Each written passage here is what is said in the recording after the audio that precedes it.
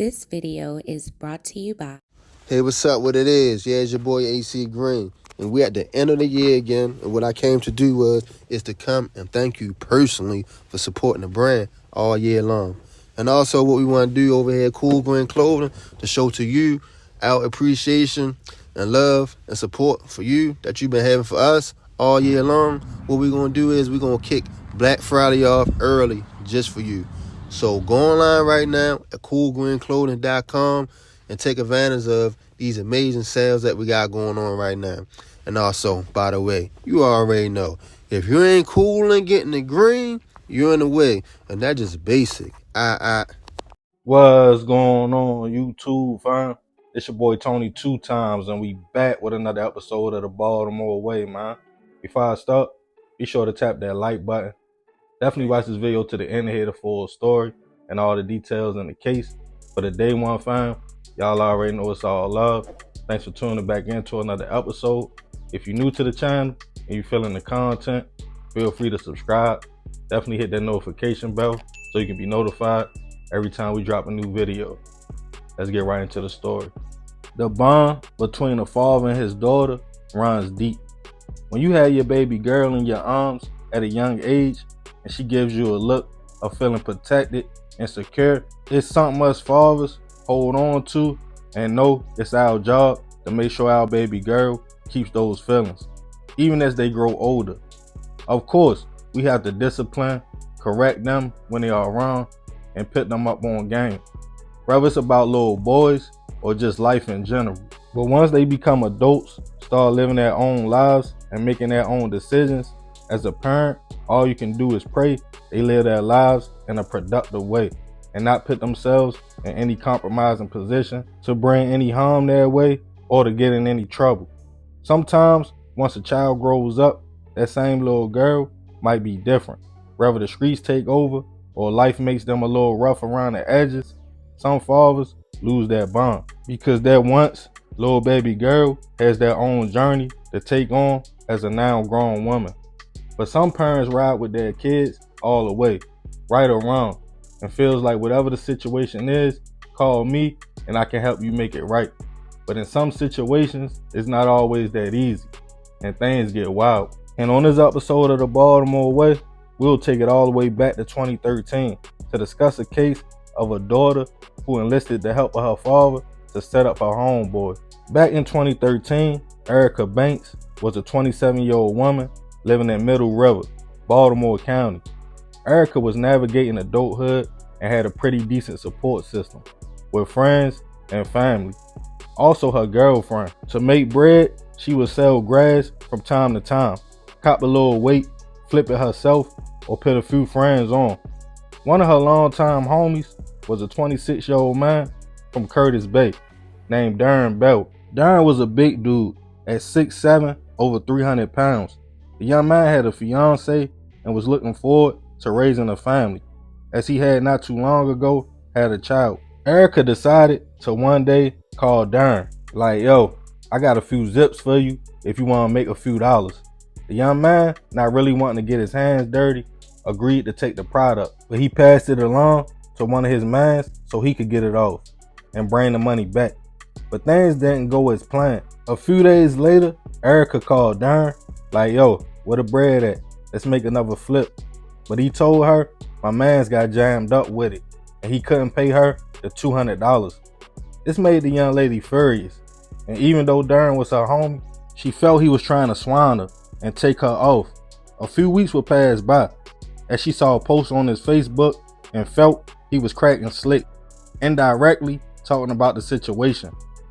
Knowing he was a big dude, she decided to call some enforcement. A 24-year-old man named Tremaine Calhoun.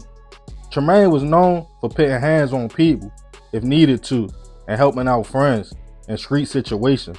Erica stated, like, yo, I feel like my man's Darren playing with me, so I'm going to invite him out, get him drunk, and you could beat him for me, just to teach him a lesson. Tremaine said, all right, I got you, no problem, just let me know when. The young lady also called her father, who she was very close to, 47-year-old Eric Banks, who knew his daughter could be a little hot-headed. He told her, just be smart about the situation and play it right. On January 26, 2013, Erica called Darren, like, yo, let's go out, my treat. Not knowing she was feeling some kind of way about the pack, he stated okay. He let his fiance know, and Erica picked him up. They hit the club. She made sure she kept the drinks flowing, to the point Darren got tipsy. As the club closed at 2 a.m., she stated, it's still early. Let's go out Dundalk. She texted Tremaine, who was at a bar out their way, having drinks with a friend. She picked him up. Tremaine and Darren didn't know each other, and earlier that night, Erica never mentioned the grass or Facebook. But now that Tremaine was in the whip, he asked Darren, like, yo, what was all that you was talking on the internet? He brushed it off and stated, it wasn't about you. Chill out, shorty. After 45 minutes of sitting in the whip, asking questions, Erica played it off. Like, oh, all right, it ain't about nothing. Let's ride. Now the next day, late into the morning, Darren hit his fiance, like I should be home shortly. But Erica had other plans. First, she drove to a closed gas station, got out the car, and made a few calls. Tremaine peeped the move and figured out, oh, that must be yo she was talking about. Then she drove to Tanya Cove Road out Glen Burnie. It was a wooded area. She told both men she had to use the bathroom and step out the car. She then asked Darren to grab something out the trunk for her. Erica grabbed a small 25 and aimed it at the man and tried to shoot, but the gun malfunctioned. Darren didn't even see the move. Now about 3 a.m., she stated, let's go. They rode around to another gas station. This time, this one was open. Her and Tremaine got out the car to discuss the plan, while Darren stayed back, not knowing what was going on. She then called her father Eric and texted him a picture of Darren. The store clerk heard the two plotting, and eventually Darren walked in. As they saw him, Erica and Tremaine walked out the store. The clerk told Darren, like, yo, something not right. I think they trying to rob the store. Then asked the young man, was he with them? He stated, yeah, you geeking. They just talking, and walked back to the whip. Darren started questioning Erica, like, yo, when you gonna drop me off? She stated, I gotta run by my mother's house real fast. She went to the home and picked up a duffel bag. Little did Darren know it had another gun in there. She then stated, dag, yo, I left my girl keys in the woods out Glen Burnie. Let's go back real fast. Now Darren knew something was shaky. As he sat in the car, he quietly called police and whispered, track my phone. I think I'm being set up. Once they pulled up to the woods, they told Darren, like, yo, come help us look for the keys. He got out and another car soon pulled up. It was Erica's father, Eric. While walking towards the woods, Darren called police again, saying, I think they trying to kill me.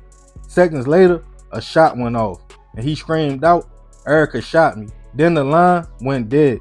Local police, who now had the location, quickly responded to find Erica and Tremaine calmly sitting in her car. They asked, what y'all doing out here? She stated, I had to go to the bathroom. Seconds later, Eric walked out the woods, asking, what y'all doing with my daughter? Police noticed blood on the man, and he was wearing gloves.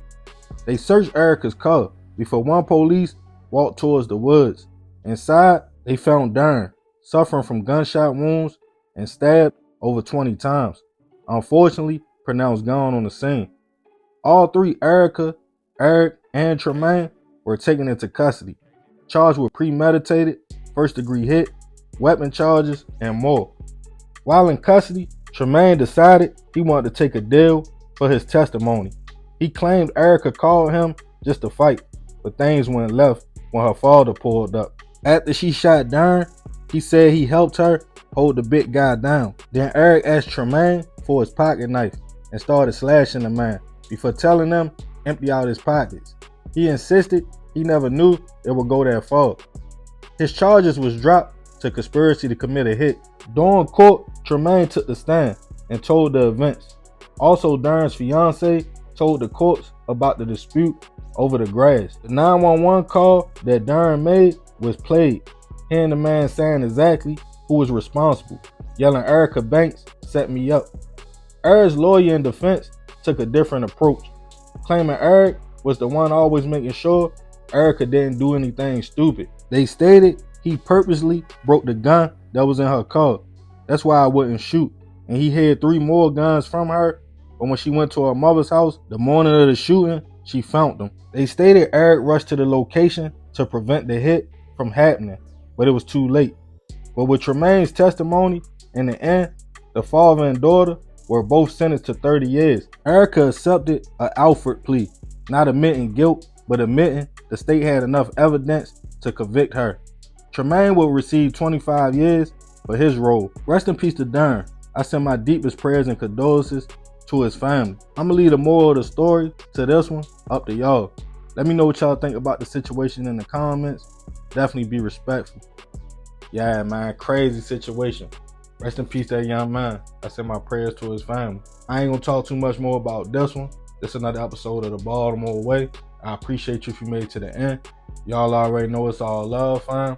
This your boy Tony 2 times. I'm out.